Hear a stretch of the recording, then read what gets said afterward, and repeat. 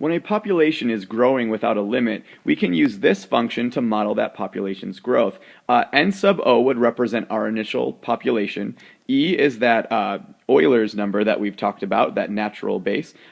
K is going to be a constant, and specifically that constant is going to be our growth rate, and then T is going to be our time period. So let's go ahead and use this model to answer a few questions about population growth.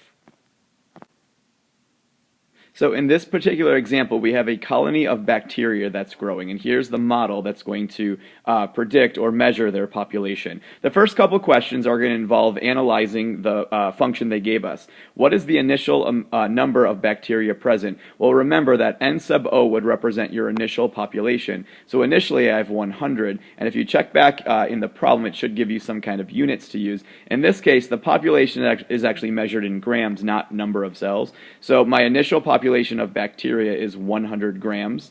The growth rate then is going to be that constant K. So right there is going to be my growth rate. If I want to change that to a percentage, let's just multiply it by 100. So I get a growth rate of 4.5%. To find the population then after 5 days, I'm going to plug 5 in for my time period. Notice too, back in the original problem, they did tell me that T in this case was measured in days. That's an important thing to check, make sure that your units are matching up. So getting 5 plugged in for that time, I need to evaluate this equation or this expression. 100 times E raised to the 0.045 times 5.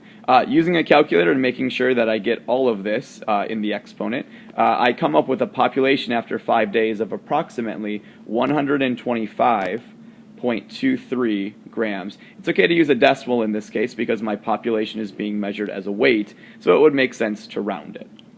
Or to not round it, to round it to a few decimal places.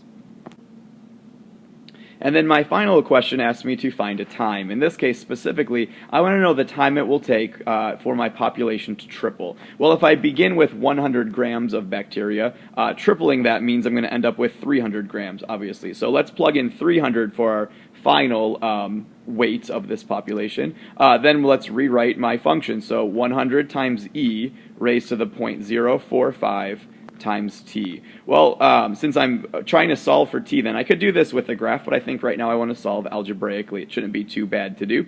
So I'll start by dividing both sides by 100. 300 divided by 100 gets me 3. If you watched our videos about tripling your money, we talk a little bit about why it doesn't really matter how much you start with. The time it takes to triple will always be the same. So there's that 3 that we used in that video. To finish this problem, then, I need to get rid of my base of E. To do that, I'll take the natural log of both sides. So using a calculator to find the natural log of 3, that comes out to be approximately 1.099.